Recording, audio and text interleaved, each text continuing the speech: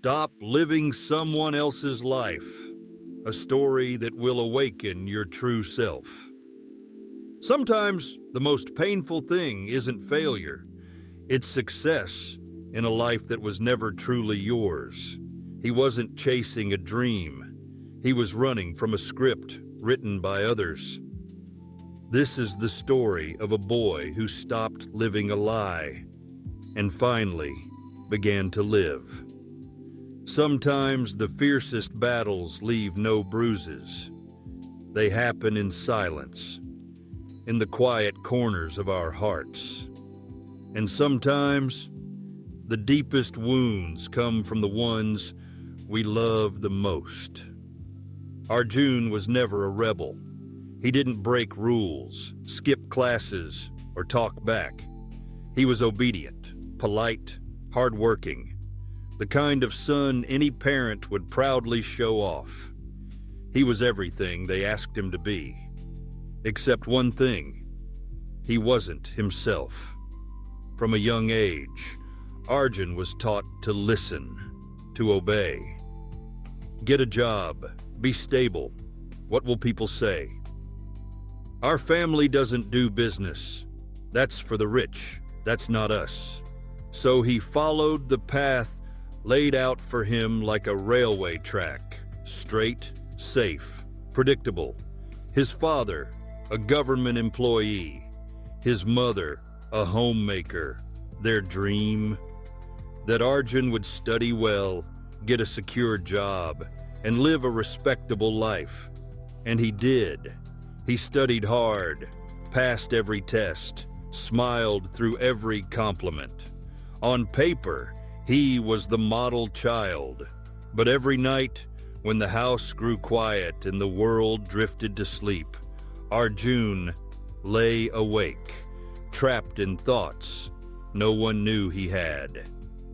Is this all life is? A job I don't love? A future I didn't choose? A life that doesn't feel like mine? He had ideas, so many of them. Dreams that didn't involve desks, cubicles, or climbing someone else's corporate ladder. He wanted to create, to build, to start something of his own. But every time he dared to imagine, a voice, sometimes from others, sometimes his own, whispered, "Don't be stupid. You'll fail. Be practical." So he buried his real self deep inside and kept going. He got into a respected university, studied accounting, graduated with flying colors, landed a decent job in a private firm. The salary was average, the office ordinary. His life looked perfect from the outside, but inside, he was drowning. Each morning, he woke up with dread. He stood before the mirror and rehearsed a smile. He went to work, finished tasks, laughed when expected, came home empty. The routine didn't inspire him. The work didn't excite him. And slowly, his dreams began to fade, like colors left too long in the sun.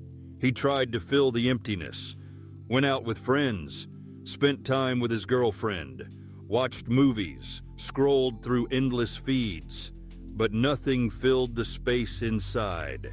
One night, after yet another day that felt like every other, Arjun sat alone in his rented room. The silence was louder than ever, and for the first time he whispered to himself, "I can't live like this anymore." The next morning, he did the unthinkable.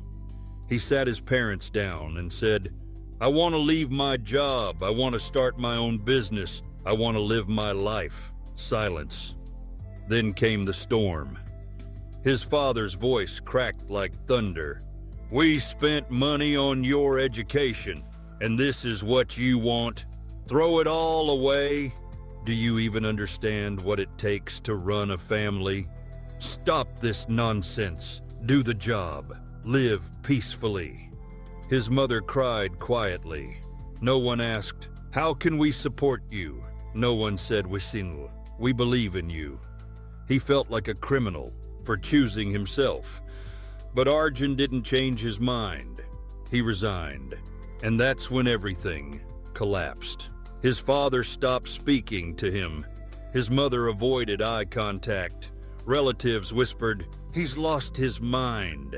And then came the deepest cut. One evening, his girlfriend called.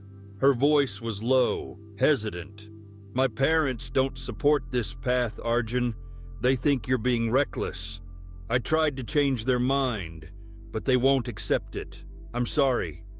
I have to let you go." That night, Arjun didn't just lose his job. He didn't just lose a relationship. He lost the only person he thought would stand by him. His phone stopped ringing.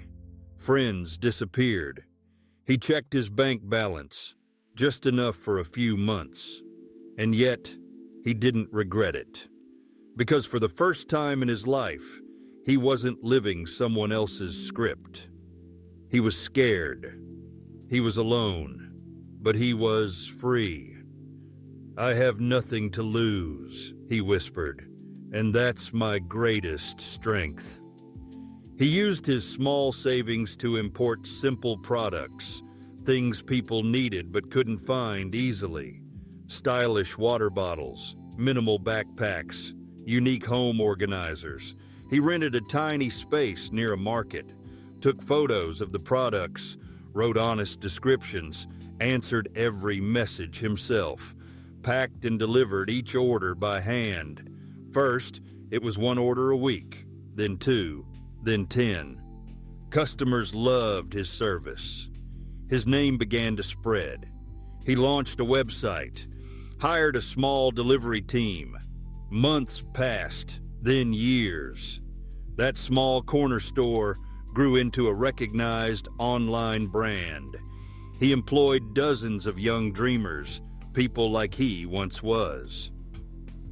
One day he opened his email and saw the subject line, and "Congratulations, you've been selected as a finalist for Young Entrepreneur of the Year."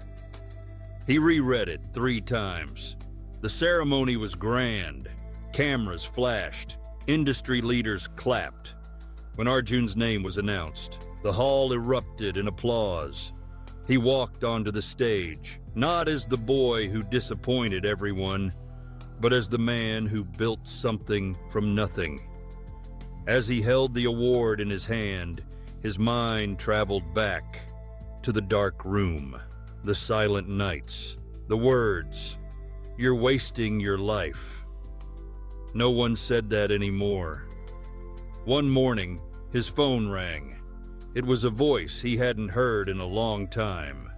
"Arjun, it's your mother. We saw you on TV last night.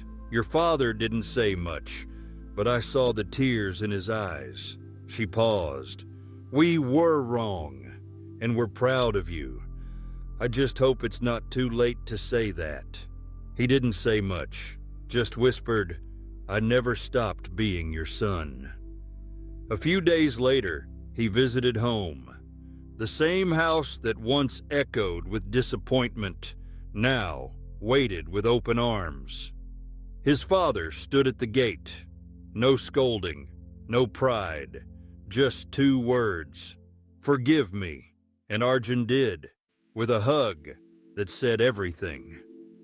Months later, Arjun stood on a stage once again, this time in front of students, parents, and young entrepreneurs.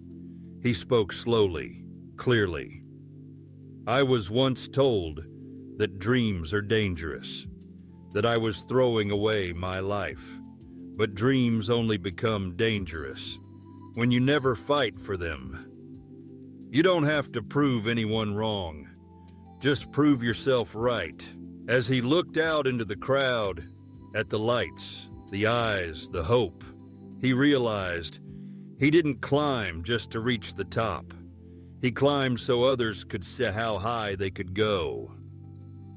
Moral of the story: you were not born to live a script someone else wrote. You were born to write your own. The world may doubt you.